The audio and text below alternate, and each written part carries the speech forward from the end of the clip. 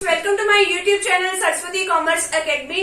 तो आज हम करने वाले हैं क्लास +1 की इकोनॉमिक्स का चैप्टर नंबर 5, जिसका नेम है presentation of data, textual and tabular presentation. आज हम इस टॉपिक को डिस्कस करेंगे और आज हम एक ही वीडियो में अपने इस सारे चैप्टर को कवर कर देंगे। तो चलिए अब स्टार्ट करते हैं। सबसे पहले तो देखो प्रेजेंटेशन क्या होता है। अभी आपने पिछले चैप्टर्स में सीखा था कि हमने क्या किया था, डाटा को ऑर्गेनाइज किया था, कि डाटा को इस तरीके से लगाया था, एक सिस्टमेटिक वे से लगाया था कि जिससे कि हमें वो समझ में आ जाए। अब प्रेजेंटेशन का मतलब क्या होता है, डाटा को इस तरीके से शो करना कि लोगों को वो अच्छी तरीके से समझ में आ जाए, उनके माइंड में किसी तरीके का डाउट भी ना रहे और वो इजीली कोई भी कंक्लूजन निकाल सके, यानी कि इजीली कोई भी रिजल्ट जो है फाइंड आउट कर सके। इतने अच्छे ढंग से डाटा को प्रेजेंट करना। अब डाटा को प्रेजेंट किस तरीके से कर सकते हैं, टेक्सचुअल प्रेजेंटेशन की फॉर्म में, टेबुलर प्रेजेंटेशन की फॉर्म में, ग्राफिकल प्रेजेंटेशन की फॉर्म में। ठीक है, तो अभी तो आपके इस चैप्टर में टेक्सचुअल प्रेजेंटेशन आएगा और टेबुलर प्रेजेंटेशन आएगा।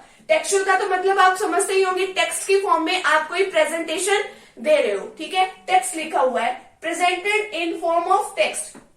अब देखो टेक्स्ट कितना बड़ा ले सकते हो आप। अब जो टेक्स्ट की जो प्रेजेंटेशन होती है ना, वो ज्यादा बड़े साइज में नहीं होती है। अगर आपके पास डाटा छोटा सा है तभी आप टेक्स्ट की फॉर्म में प्रेजेंटेशन दे सकते हो। अगर डाटा बहुत लार्ज है तब आप टेक्स्ट की फॉर्म में प्रेजेंटेशन अगर आप दोगे भी उसका कोई फायदा नहीं है। टेक्स्ट की फॉर्म में जैसे इस तरीके से हो सकता है कि हाँ भी राइस का प्रोडक्शन पिछले ईयर इतना था, अब की ईयर उससे प्रोडक्शन बढ़कर 30% और हो गया। ठीक है, तो इस तरीके से यानी कि डाटा जो है टेक्स्ट की फॉर्म में आपको मिलता है। अगर उसकी बजाय अगर आपको टेबुलर फॉर्म कह दिया जाए, टेबुलर फॉर्म में क्या होता है, टेबल की फॉर्म में अगर आप कोई डाटा जो है प्रेजेंट कर रहे हो कि हाँ भी आपने एक साइड में तो दे दिया राइस कितने हैं और एक साइड में दे दिया वीट कितना है और आगे उसका प्रोडक्शन दे दिया, वीट का है 20%, राइस का है 30%, आपको वो भी इजीली समझ में आ जाएगा। तब अब देखो इस टेक्सचुअल प्रेजेंटेशन की क्या क्या डीमेरिट्स है। आपको टाइम ज्यादा लगता है, अब आप पढ़ोगे एक एक पेजेस को, ठीक है, कि कितनी ज्यादा है, फाइल जो उतनी पढ़ोगे, टाइम लगेगा। ठीक है, बोरिंग भी हो जाता है कई बार, इतना बड़ा टेक्स्ट पढ़ना पॉसिबल भी नहीं होता और बोरिंग सा ही काम लगता है वो। Not suitable for quick decision making. अगर आपको कोई कह दे कि डिसीजन फटाफट से लेना है, आप तो उस फाइलों को पढ़ते पढ़ते ही रह जाओगे। डिसीजन लेने में क्या पता देरी भी हो जाए, ठीक है, डिले हो जाए। तो ये है प्रेजेंटेशन। प्रेजेंटेशन में टेक्सचुअल प्रेजेंटेशन है, टेबुलर प्रेजेंटेशन है एंड ग्राफिकल प्रेजेंटेशन है। ठीक है, अगर आप टेक्स्ट की फॉर्म में प्रेजेंटेशन देते हो और ये जो स्मॉल क्वांटिटी है तो उसी में ही आपके लिए ये फायदेमंद है। Suitable when quantity is not made large. Demerits क्या है, टाइम टेकिंग है, बोरिंग है, not suitable for quick decision making. अब आगे देखिए टेबुलर प्रेजेंटेशन क्या होता है। एक सिस्टमेटिक ऑर्गेनाइजेशन में क्या होता है, यानी कि एक सिस्टमेटिक वे से डाटा को आपने कॉलम और रो की हेल्प से डाटा को प्रेजेंट करना है। अब आपको रोज और कॉलम का पता हो तो मैं बताऊं आपको, जो अपने कॉलम्स होते हैं वो वर्टिकल लाइन की, इस तरीके की लाइन की फॉर्म में होते हैं और रोज कैसे होती है, ऐसे। ठीक है, तो रोज कैसी है, ऐसे है, और जो आपका कॉलम है वो आपका इस तरीके से है। ठीक है, तो आपने इस टेबुलर प्रेजेंटेशन में क्या करना है, टेबुलर प्रेजेंटेशन में ना आपको टेबल भी होती है।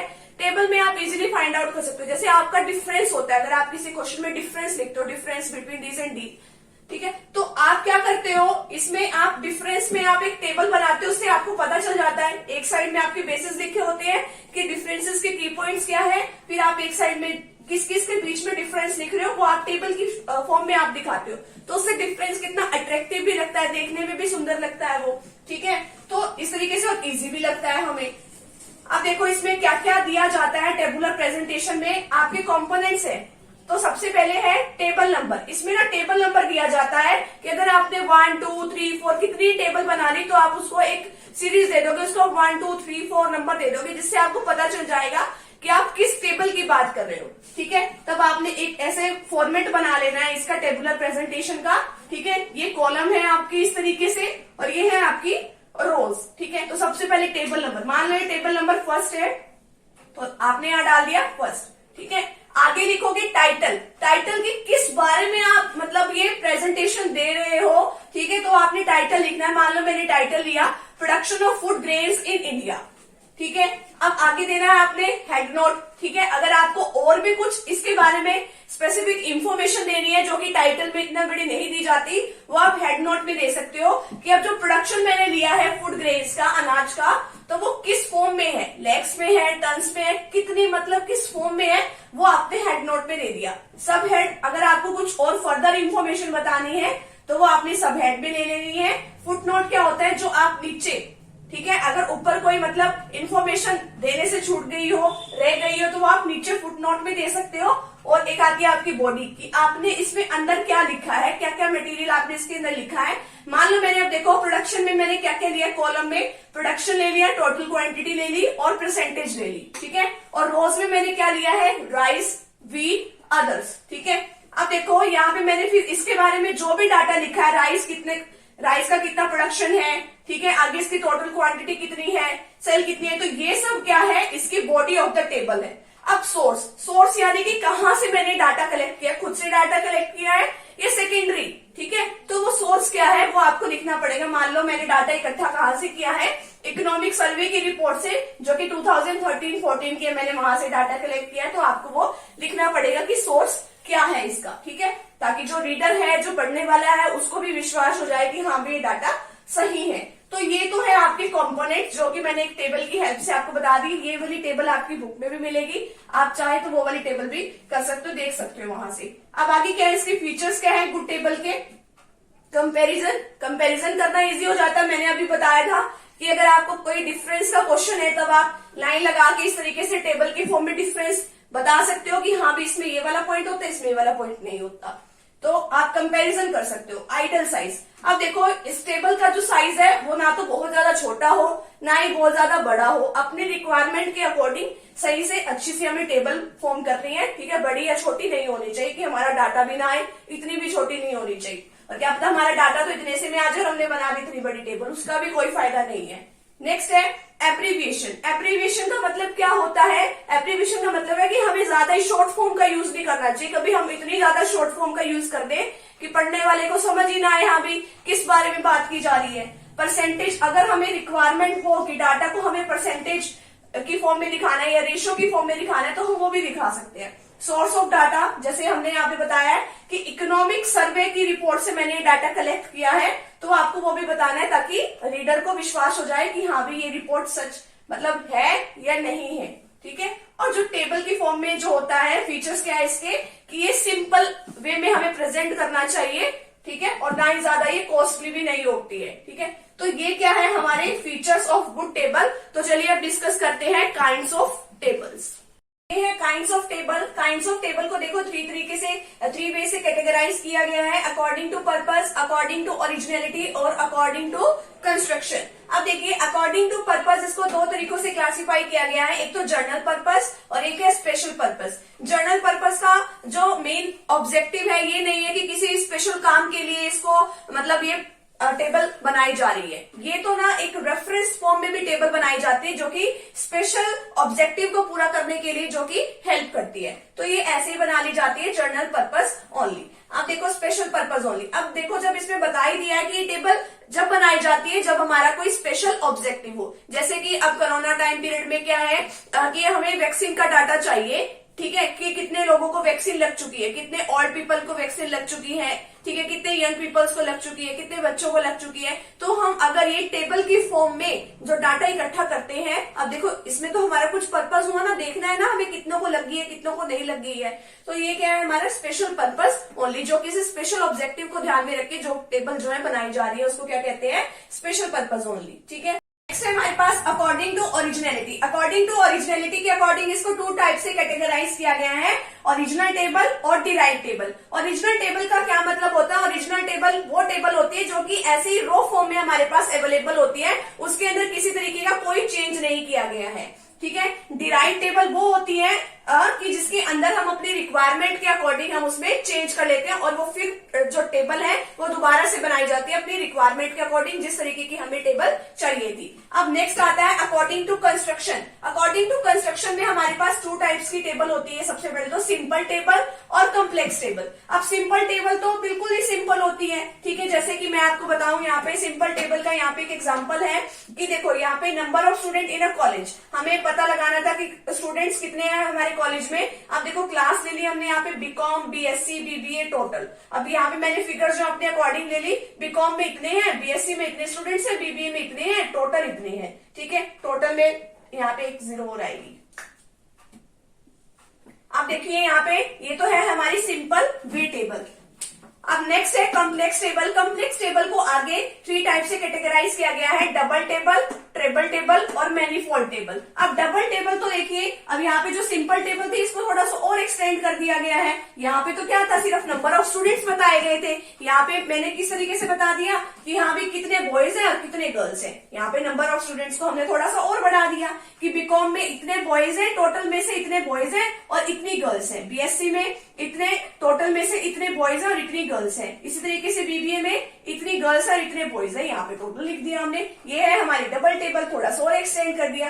ट्रिपल टेबल को थोड़ा सा और बढ़ा दिया, ठीक है। जैसे ये बॉयज और गर्ल्स का तो डाटा हमारे पास अवेलेबल ही था, अब हमने इस तरीके से और बढ़ा दिया इसको कि गांवों के कितने हैं, शहरों के कितने हैं, अर्बन के कितने हैं, रूरल के कितने हैं। इसी तरीके से गर्ल्स अर्बन की कितनी है, रूरल की कितनी है। अर्बन का मतलब होता है शहरी और जो हमारा रूरल होता है वो होता है गांव, ठीक है। अब देखो तो इसमें हमने बता दिया कि अर्बन के कितने, अर्बन के मान लो देखो टोटल नंबर ऑफ बॉयज कितने थे, यहाँ पे 100 थे, तो 100 में से 70 तो किसके हैं, अर्बन के हैं, और 30 किसके हैं, रूरल के हैं। इसी तरीके से 150 क्या थे, बॉयज थे, 80 अर्बन के हैं और 70 किसके हैं, रूरल के हैं। तो इसी तरीके से हमने बीएससी का भी बता दिया और इसी तरीके से गर्ल्स का भी। पहले यहाँ पे टोटल लिख लो, टोटल नंबर ऑफ गर्ल्स कितनी थी, 100, 150 और 40। तो अर्बन की कितनी है, 100 में से अर्बन की कितनी है 50, रूरल की कितनी है 50। इसी तरीके से 150 में अर्बन की कितनी है 90 और रूरल की कितनी है 60। तो यहाँ पे हमने टोटल लिख दिया कि अर्बन के total number of boys and girls कितनी थी,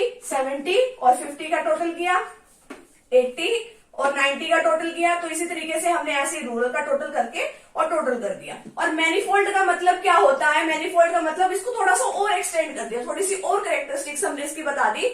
जैसे हमने इसमें बता दिया कि हाँ भी अभी अर्बन और रूरल के कितने हैं, तो आगे हमने बता दिया कि अर्बन में कितने मैरिड है, कितने अनमैरिड है। इसी तरीके से रूरल के कितने मैरिड है, कितने अनमैरिड है। थोड़ा सा और एक्सटेंड अगर हम इसको कर देते हैं तो वो होती है हमारी मैनीफोल्ड टेबल। तो चलिए अब इसके आगे क्लासिफिकेशन को डिस्कस कर लेते हैं। अगर आपको इसका इतना स्क्रीनशॉट चाहिए तो आप उसका स्क्रीनशॉट जो है वो ले सकते हैं।